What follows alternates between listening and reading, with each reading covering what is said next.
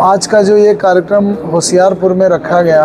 उसका मकसद ये था कि इनकम टैक्स डिपार्टमेंट में जो नया इनकम टैक्स एक्ट 2025 और नया इनकम टैक्स रूल्स 2026 जो लागू किया है 1 अप्रैल 2026 से, उसके बारे में जो डिफरेंट स्टेक होल्डर्स हैं, यहाँ के जो टैक्स कंसल्टेंट्स हैं, चार्टर्ड अकाउंटेंट्स हैं, एडवोकेट्स हैं, बार के मेंबर्स हैं, यहाँ की जो प्रबुद्ध जनता है, यहाँ के जो इंडस्ट्रियलिस्ट हैं, एंटरप्रेन्योर्स हैं, बिजनेसमैन हैं, टैक्स पेयर्स हैं, उन सब के साथ ये जो नए प्रोविजंस आए हैं इनकम टैक्स एक्ट 2025 के और इनकम टैक्स रूल्स 2026 के, उसके डिफरेंट प्रोविजंस के बारे में लोगों से विचार विमर्श किया जा सके,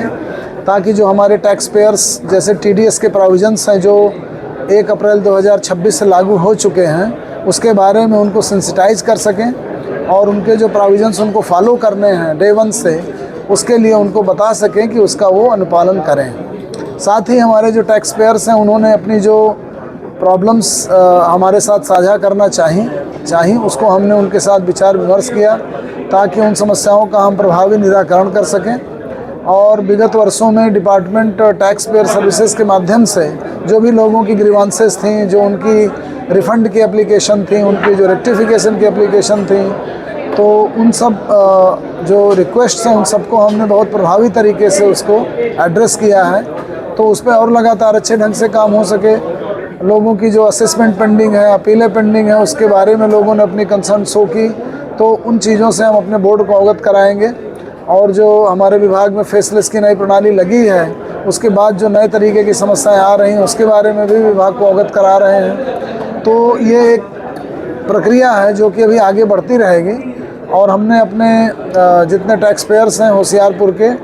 और जो यहाँ के टैक्स कंसल्टेंट्स हैं, उनके साथ विभाग के सारे लोग मिल कर के जो है आज यहाँ पे इकट्ठा हुए हैं और उसी पे विचार विमर्श चल रहा है। जी, नया एक्ट आया और जो नए रूल्स हैं जी, उनमें जो पुराने के मुकाबले चेंजेस आए उसके मुख्य बिंदु क्या हैं और उससे जो टैक्स पेयर है उसको कैसे लाभ होगा? बेसिकली जो हमारा पुराना इनकम टैक्स एक्ट 1961 था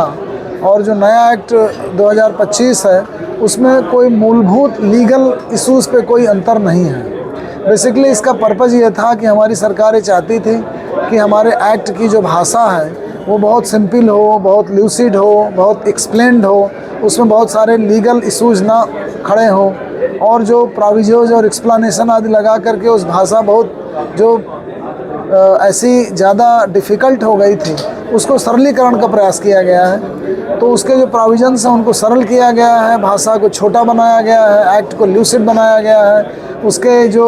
सर्क्यूटस लैंग्वेज थी उसमें प्रोवाइजोज और एक्सप्लेनेशन आदि किए गए थे, उनको रिमूव किया गया है और एक ऐसी भाषा का प्रयोग किया गया है, ऐसे प्रोविजंस लाए गए हैं जो आज की डेट में एप्लीकेबल हैं। जो पुराने प्रोविजंस इररिलेवेंट हो गए थे या जो ऑलरेडी हटा दिए गए थे, उसको उससे रिमूव कर दिया गया है। तो आज जो हमारा नया इनकम टैक्स एक्ट 2025 आया है, भले ही लीगली जैसा पहले का एक्ट था वैसा ही है, लेकिन अब उसकी भाषा अच्छी हो गई है, सरल हो गई है, एक आम जो ग्रेजुएट है उसको बहुत अच्छे ढंग से समझ सकता है। और ऐसी उम्मीद की जाती है कि उससे लोग अब एक्ट से जुड़ करके खुद ही अपने टैक्स रिलेटेड इश्यूज़ को एड्रेस करेंगे और हमारे विभाग के साथ मिल करके जो भी उसमें अगर भविष्य में कोई दिक्कतें आती हैं तो उसमें हम उनकी समस्याओं को सॉल्व करेंगे।